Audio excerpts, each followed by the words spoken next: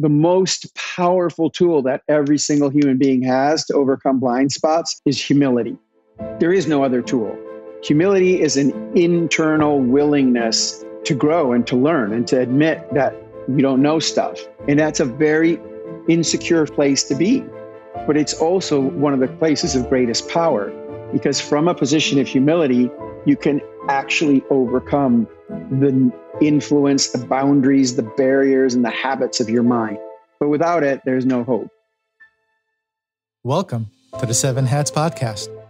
My name is Yuval Selik, and I've been on the entrepreneurial roller coaster for over 20 years. I've experienced it all throughout my journey: the grind, burnout, failure, and ultimately, success. The turning point for me was realizing that building a successful company is meaningless if you neglect the other significant areas of your life. So today, I'm inviting you to join me on an adventure through those 7 areas, what I call the 7 hats. Every week, my guests and I will drop valuable insights and pearls of wisdom, helping, motivating, and inspiring you to get your 7 hats in order and deliver real impact with meaning. So let's get going. Welcome, 7 Hatters. Today, we dive deep into hat number 7, the hat of the seeker, the spiritual hat, and hat number 4, the hat of the entrepreneur, as I interview my guest, Atma, my spiritual teacher and mentor. We will discuss his incredible journey from a heavy metal musician to a successful yoga teacher to creating a new ecosystem for entrepreneurs to improve the way we invest in and build startups, and it's called Startup Ecology. Atma is a psychological profiling, digital marketing, and product management expert, a Sanskrit theorist, an author, and a friend. I can't tell you how many gold nuggets are sprinkled through this episode as Atma and I discuss spiritual entrepreneurialism, the boundaries of your mind, self-awareness, the destructive nature of the ego to the entrepreneur, and how humility saves the day. I can go on and on. You don't want to miss this episode, so let's get going. So you had an interesting past. You went from a rock and roll star, music and event manager, to a yoga teacher, and then transitioned to now being a startup mentor and advisor to entrepreneurs with Project Startup Ecology. So tell us a bit about how that transition materialized, because these are all unique roles.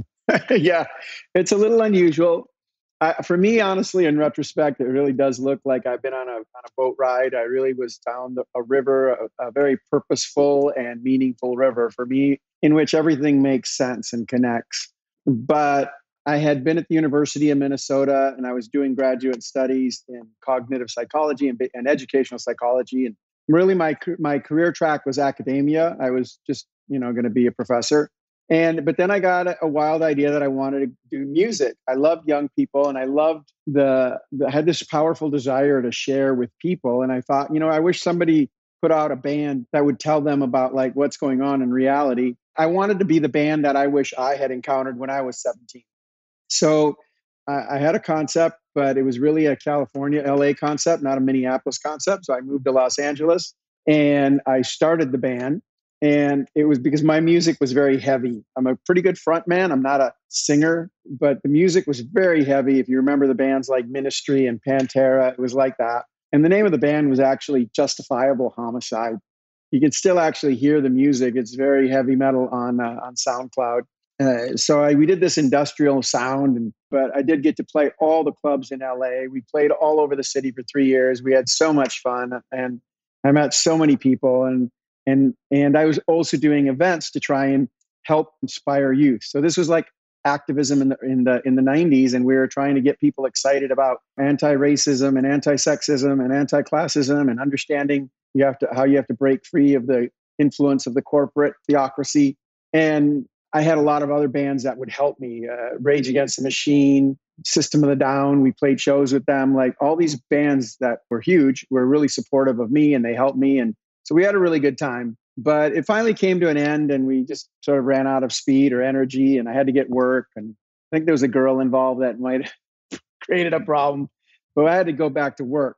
the tech industry in the 90s was going through a very big change, and I somehow got caught up in it. I was working with startups and also with big companies like Rational Software, and I got really excited about the possibility. And one startup, I don't think we even called them startups then, but they hired me to actually figure out how do we build our startup and make it grow, because we're just like 3 engineers. And I'm like, it was going to be the perennial problem, but it was a really novel problem back then because this wasn't like not common yet. Startups weren't common in the 90s. And so I spent like a year with them, and I really got it like into the nuts and bolts of everything that was going on. And I said, look, here's the deal.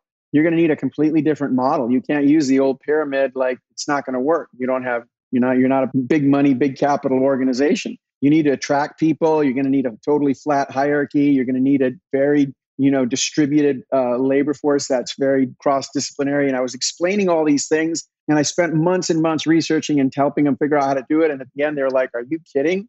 This is crazy stuff." It really was. In 1998, it was crazy stuff. So I said, "Okay, no problem."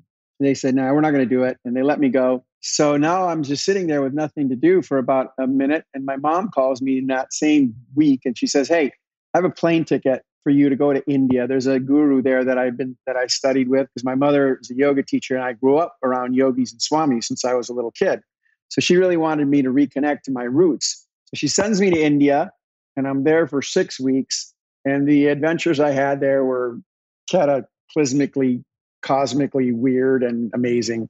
I've never even told anybody half the stories of what happened on that trip. It was weird. I freaked out the yogis and swamis there. It was just a whole thing. It was a lot of fun. And I thought it was no big deal. I was like, oh, this happened because I was in India, and I'm going to go back to LA and it'll be all normal again. But I got back to LA and nothing was normal. And I'm like, I can't go back to work. And I asked my family to help me. So I just lived in a room in Santa Monica. It was like $400 a month. And my family gave me like the money just to live. And all I did was pay rent and eat. And all I did was meditate like 8-10 hours a day for a year. That was just my life. And then after that, I was like, I need to do something. It's time. I was trying to figure it out. Maybe I'm supposed to go back to India. I was really thinking, should I go be a Swami in India? I didn't know. And then the answer that I got was, no, I'm going to open up a yoga studio in Santa Monica. So I called my mom, who had already retired from family life and was living in an ashram in Pennsylvania. I said, Mom, I'm going to come get you and bring you to LA. We're going to open up a yoga studio. So I went and got my mom. We came to LA. I opened up a yoga studio in Santa Monica. And, I invited everybody. I go, this is going to be an ecumenical, universal yoga experience. So I invited the Kundalini yogis. I invited the Bhakti yogis. I invited every kind of yogi there is, the Hatha yogis. Everybody was welcome. So we had so many different disciplines there. And that's how I ended up meeting the Krishna yogis, and also because they had really good food over at their place on the block. So I really loved the food, and I just was friends with everybody in the yoga community. That's how I met Dr. Narayan Singh, who later went back to his name, Dr. Michael Lincoln. But he was this American psychologist from the 60s and the 70s who had discovered a thing called face reading. And he never had been able to get his work published in peer-reviewed articles, but he'd written probably 15 manuals on it and dozens of papers. And I ended up getting to be, through a strange twist of events, his apprentice. And I studied with him for years, I think 8-10 years. And he stayed with me when he came to Los Angeles. And so that's how I ended up becoming this sort of master profiler, because I learned everything he had to teach. And actually, he gave it over to me, the responsibility of training others and teaching it. So that's when I met you. Let's transition a little bit into questions regarding what a spiritual entrepreneur is and a couple of other aspects to that world. When you're looking at the definition of an entrepreneur, spirituality doesn't really come to play. That's a great question. And my definition of a spiritual entrepreneur is an effective entrepreneur. So here's the thing. To be effective, means that you're getting traction. You're making progress. You feel good about yourself. If you're not effective at something, there's a lot of misery and pain, right? If you're not an effective dog owner, everybody's miserable. So being effective at something is important. It's not everything, but it's important. And so I wouldn't use the word spiritual, because the word spiritual it's not a bad word in any way, shape, or form, but it's also a fat, heavy word, overladen with meaning and unsubtleties.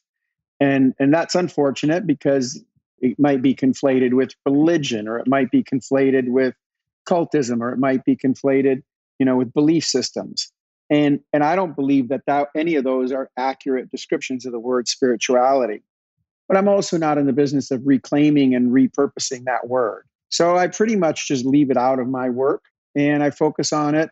Everything I do is about creating a spiritual entrepreneur, even though I would never say that out loud other than today, one time only. So this is your one shot only where I will share that concept. Other than that, when I talk to business people, I talk about, look, here's what it takes to be a successful founder, an effective founder, a meaningful founder. And everything I teach is about being the best founder you can be, but it's inherently spiritual, because a big part of what we do in the online school, or what I do with all the work I do when I train founders, is teaching them how to have the most effective mindset. Like what's the mindset of a successful entrepreneur? And what I'm trying to teach them to do is to recognize their own mind as an obstacle, as a barrier, and step aside, outside of, around, or away from their mind, and give themselves permission to flow with whatever is actually happening in a discovery state. And so if you really think about what I just said, that's a very spiritual concept. And because my work is rooted either in Western psychology or Eastern Sanskrit theory, the upshot is going to be that it's a very spiritual, self-aware, self-awakening, self-discovery process. It's the journey of self-discovery. If we think about the Sanskrit texts, one of the most famous ones is the Yoga Sutra of Patanjali. So a big part of what we think about as yoga in the modern era, or especially what we think about as meditation, comes from the Yoga Sutras of Patanjali. And in one of the very second verse, actually, of that text is Yogaschiti Vritti Nirodha, which is, in Sanskrit, says yoga is the overcoming of the habits of the mind. And then the next verse says, so that you can understand who you really are. So an entrepreneur has to overcome the habits of the mind, because that is what's going to knock them down every single time. You're not, as an entrepreneur, going to succeed because you have the right idea or the right plan. You're not. That's not how it works. Whatever idea you have may or may not be good, and whatever plan you have is definitely going to get squashed and changed and rewritten over and over and over. And if you don't want to live a life of pain and frustration, then you have to be flexible and adapt and move and pivot and grow and evolve and learn every step of the way, so that you can make decisions based on what's actually going on in front of you. And that is the very definition of the discovery process. But that means you have to overcome the habits of your mind. So one of the places where I always begin working with founders is to talk about bias. What you know, you don't know, and what you don't know, you don't know. Because these are really important things. And what you don't know is going to kill you in the end, because that's what's all back here in your blind spots. And that's what's going to trip you up. But you can't recognize it because you don't know it's there. So the most powerful tool that every single human being has to overcome blind spots, and actually in some ways probably the only tool you have, is humility. There is no other tool. And I'm not talking about, humility is some kind of obsequiousness. Humility is not an external state of mind. Humility is an internal willingness to grow and to learn and to admit that you don't know stuff. It's the embracing of what I don't know. And that's a very insecure feeling place to be. But it's also one of the places of greatest power, because from a position of humility, you can actually overcome the influence, the boundaries, the barriers, and the habits of your mind. But without it, there's no hope. So when I meet founders who are very egotistically, absolutely focused on their vision and their idea, and they know what they're doing, and I just look at them and I smile and I say, great, good luck. I'm not going to be able to help you. So maybe instead of spiritual entrepreneur, looking at it as a religion or a spiritual identification, maybe a spiritual entrepreneur, as you said, is an entrepreneur with a spiritual mindset, which means you take all of the mindsets from all of the different religions and spiritual practices, which actually are the same in a sense, if you break it down, the character mindset, the emotional states of what makes someone religious, spiritual, in all the books for the last 7,000 years has always been, like you said, humility, love, light, compassion, forgiveness, all of these amazing emotional attributes. Maybe that's what a spiritual entrepreneur needs to adapt and not identify with the dogma portion of it, but really take in the best of what these great teachers have been teaching us over the last few thousand years. What do you think about that? Yeah, I mean, that makes perfect sense. Again, you're correct. The issue is not spirituality. The issue is that it's conflated with religion and belief. And religion and belief are irrational concepts against which there is no argument. It's just simply whatever you choose to believe. And to whatever that benefits people, that's just how we've evolved. But I don't think that beliefs are of much value to the entrepreneur, to the scientist, to the artist, right? To the creator, because that's just committing to what you know and being very opposed to what you don't know, That whole sector of knowledge of the things you don't know is anathema to religionists and beliefists, because that's the whole point to religion and belief is I don't have to deal with the unknown. And there's even a fourth quadrant, right? Everything's in quadrants, right? So there's what you know in one quadrant, what you don't know. So these are easy, right? I know face reading. I'm really good at it. I do not know how to fly an airplane, but I know I don't know how to fly an airplane. Then down here in this quadrant, there's all these things that I don't know, which leaves the fourth quadrant, which is there are things that I don't know that I know. And that's sort of a magical realm. But all of the ideas that tend to get attached or conflated with spirituality go against, like, really embracing the unknown, embracing the uncontrollable parts of life. But the majority of life is uncontrollable, and the majority of what's going to go on around you is unknowable. And so you need to embrace that in order to be free and empowered. And so what I'm looking for in a founder is the mindset of somebody who really is so willing to be free, to be empowered. And that takes humility. And humility is, again, here's the thing everybody should always remember about humility. You're only practicing it if it's hard or difficult. Humility will never be fun or easy because it is inherently against your ego or identity or self-interest to be humble. It goes against your mind. Your mind is not a humble thing.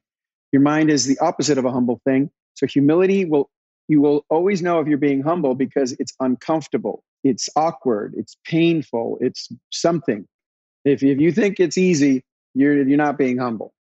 That is so profound. I can't wait for the Seven Hatters to just play this back over and over again, because you just hit a nerve. For me, I had chills because literally my next question was, how does ego come into play with entrepreneurship? And humility and ego are completely opposite of each other, especially vulnerability, humility, and ego. So you see entrepreneurs all the time. How does ego play in entrepreneurship? Is it a problem? And if so, what do we do about it? What's one or two things that, that an entrepreneur can do to at least become aware, right? Because that's the first step, become aware of the problem. And what could they do to fix it if they can?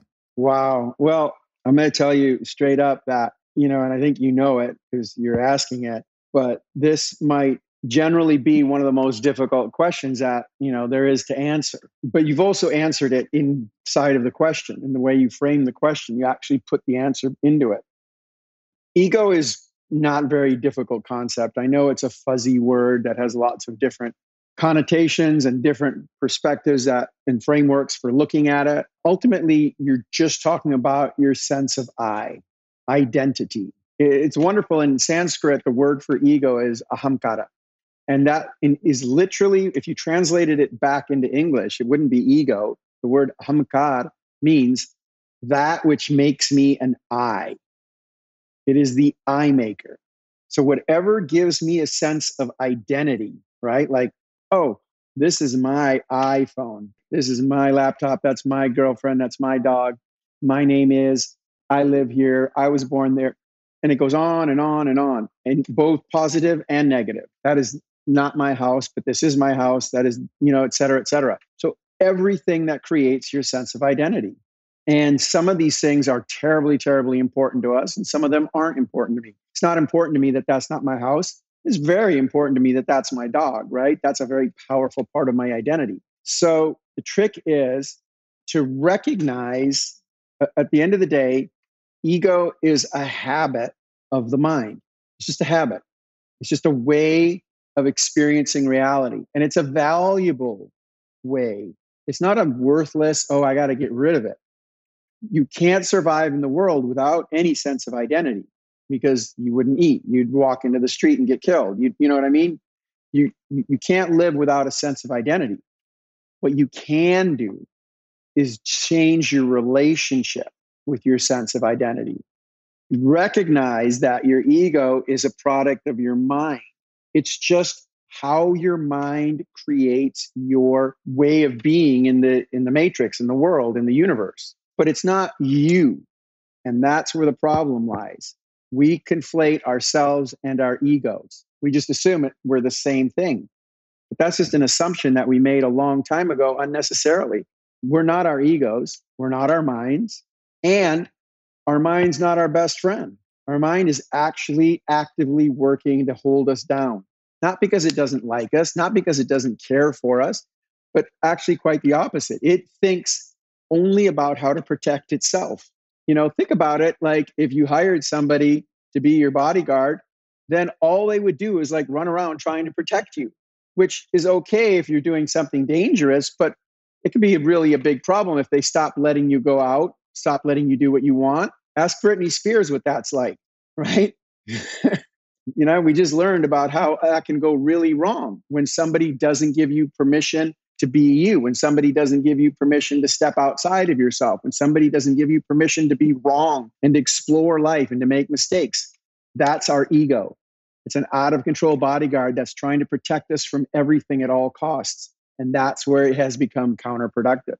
So you got to say, wait, what if I'm not my ego? What if I'm not my mind? What if I'm separate from that? The fastest way to do that is always going to be humility, because it's the only thing your ego can't reclaim. If you say anything else, your ego is going to reclaim it. If you say, you know what, I'm going to go just be a beggar in the street, your ego is going to say, man, I am the best beggar in the whole. You know what I mean? This is now who I am. It's my identity. There's nothing your ego or mind won't reclaim and use against you, except for humility. If you go, hey, my mind is lying and cheating me, and I think I'm my mind, and that's made me a liar and a cheater. It's the reflection that you see in the mirror. That's humility. If you recognize that reflection as somebody who is either lying or cheating or deceiving or distracting, somebody who's going out of their way to keep you in a box. When you look in the mirror, you go, look, that's my ego. All it wants to do is hold me back. And all I've done is become a victim to that.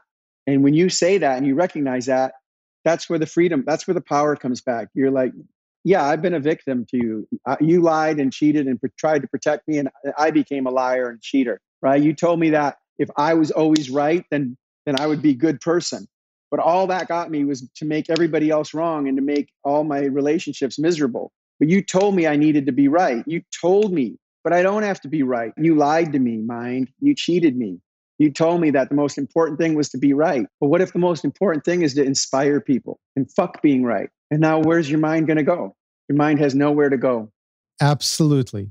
And then you just have to be careful that when you're humble, if you can get there, you're not humble for egoic reasons, because you can be pretending to be humble. Real humility comes from introspection, from silence, coming from the soul.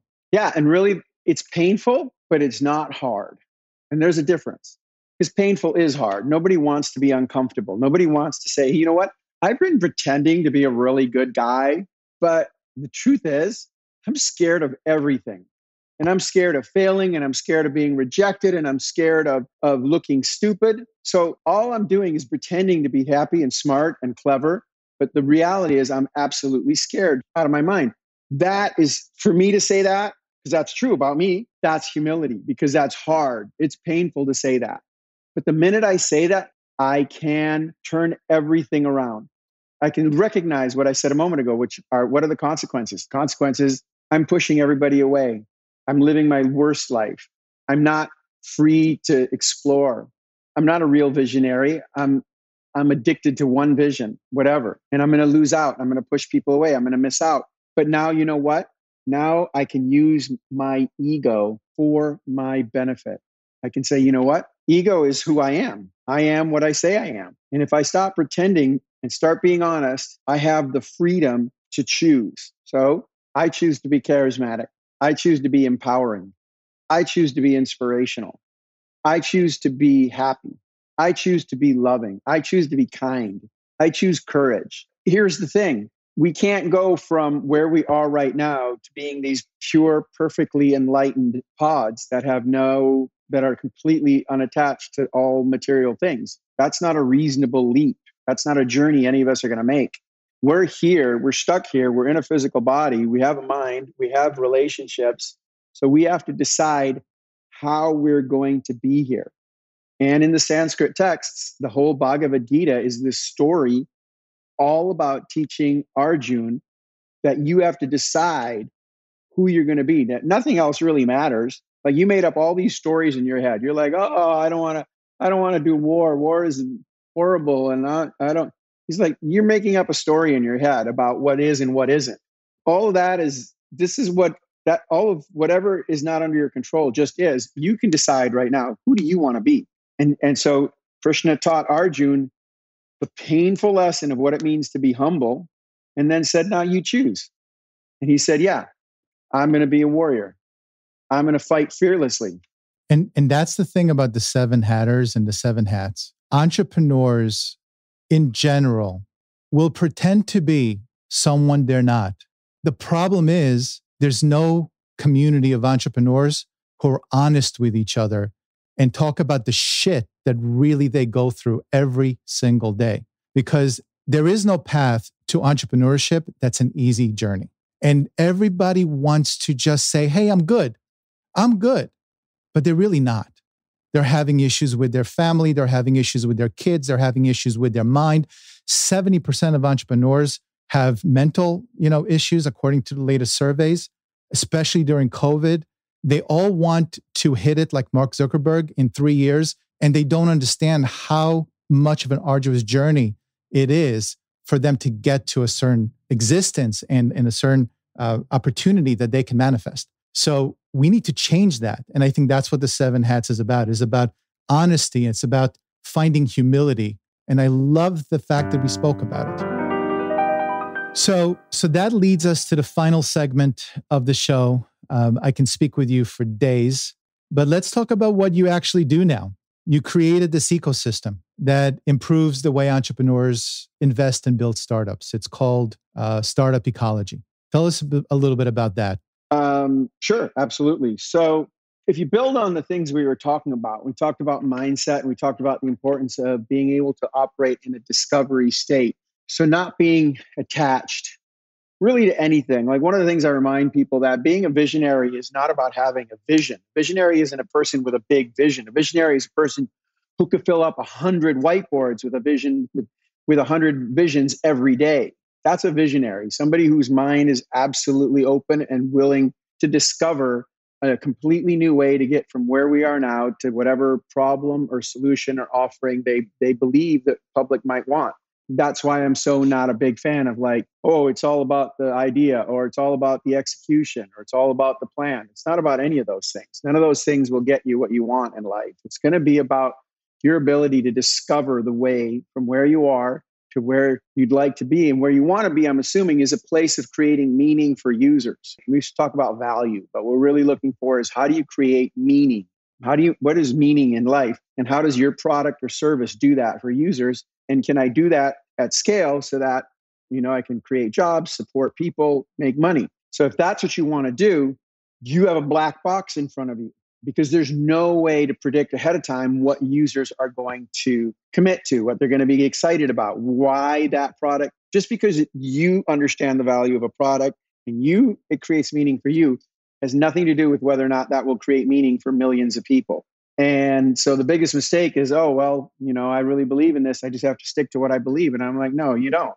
You have to really pay attention to what's meaningful to the user and find your path to that. And the way to do that is the state of discovery. The way to get through a black box, which is a place where you can't see the process, you can't plan your way through a black box. You're literally blind in there, right? So the way you do that is by iterative learning. You discover. You go, okay, well, for 1 week or 2 weeks, we're going to do this. And then at the end of 2 weeks, we'll see what we learned and we'll make a new set of decisions and go in that direction or another direction or whatever we learn.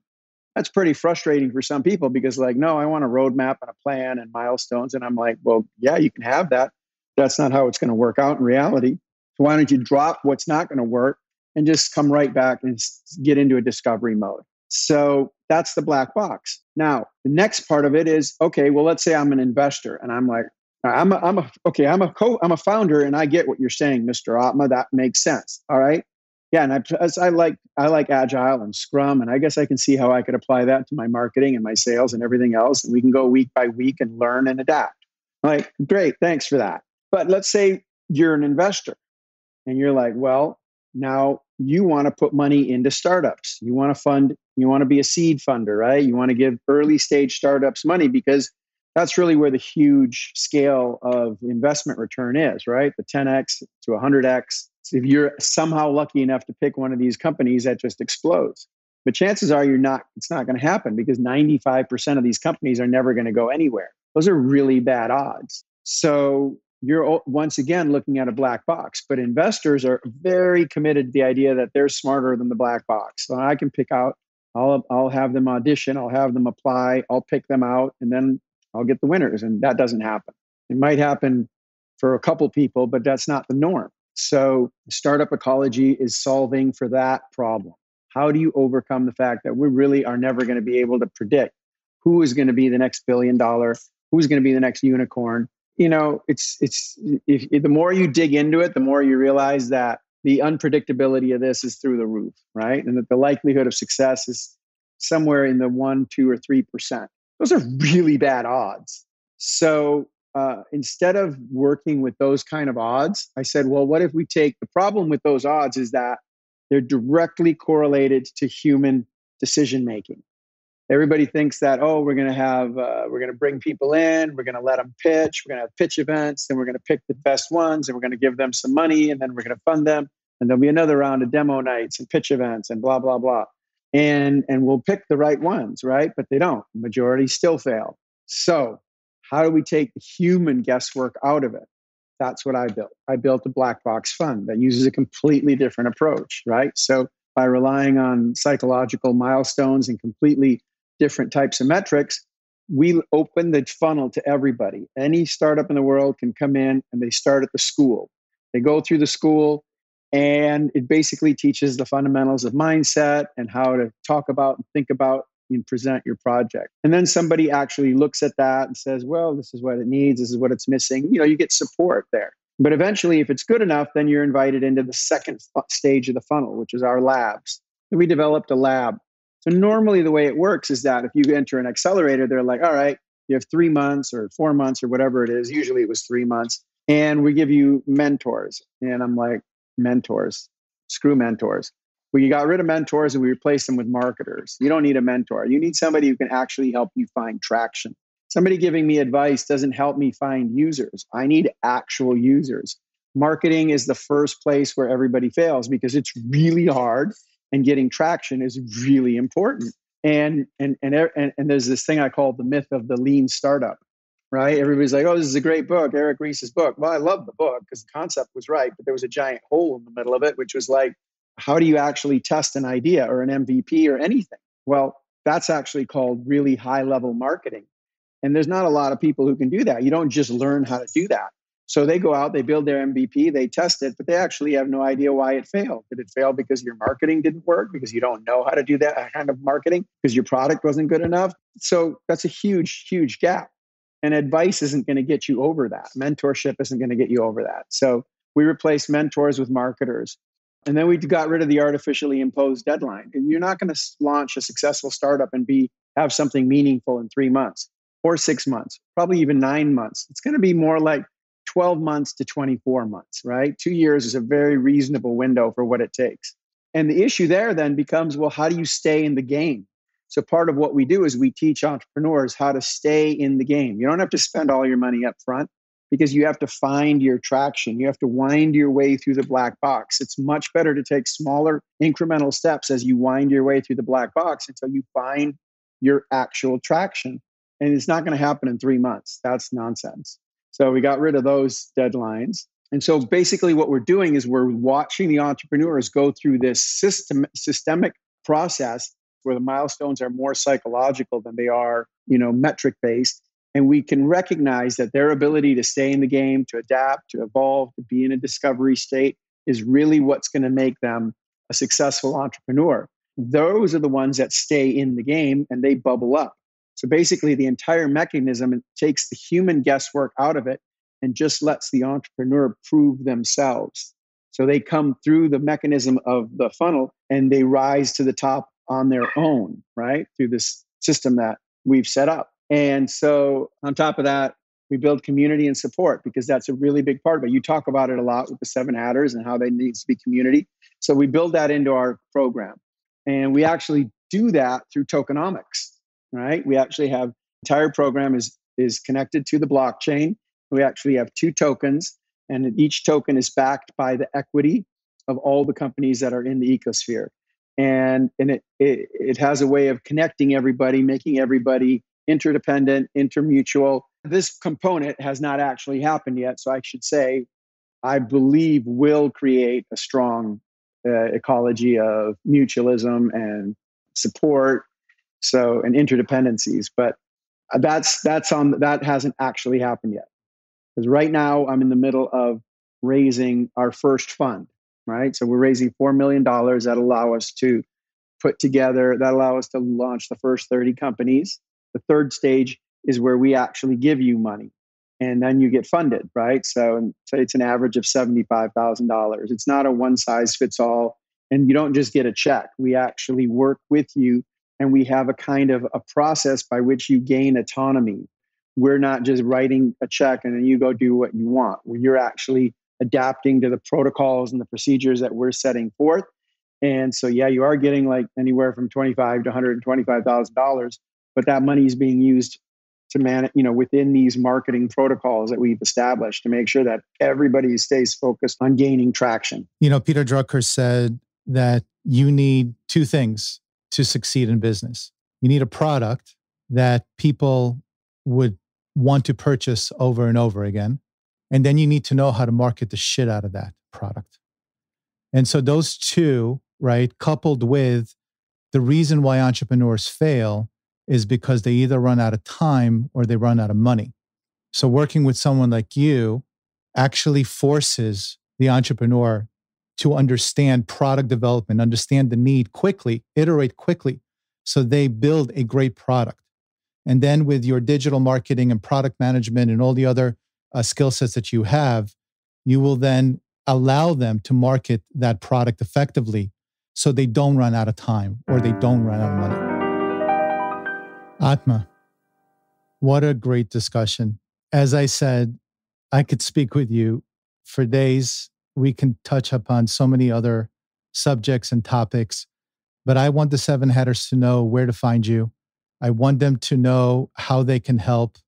I believe you're looking for investors for your project for Startup Ecology. People can easily, my name is Atma, ATMA, and the name of the company is startupecology.com. That's all you need, Atma at startupecology.com. Anybody who wants to can send me an email anytime, ATMA at startupecology.com. Atma, thank you so, so much. It was such a pleasure. I'm sure I'll have you on again one of these days.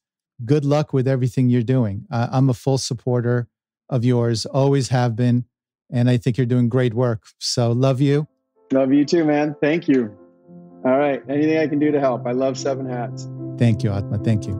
Bye now. I hope you enjoyed my conversation with Atma. So let's end today with a segment of the show that I refer to as, what can we hang our hat on? And here's my takeaway. For the past decade, I've had a fascination with the term spiritual entrepreneur.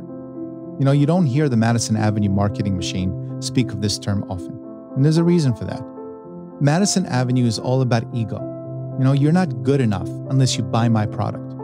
But on the other hand, a spiritual entrepreneur, they're complete opposite.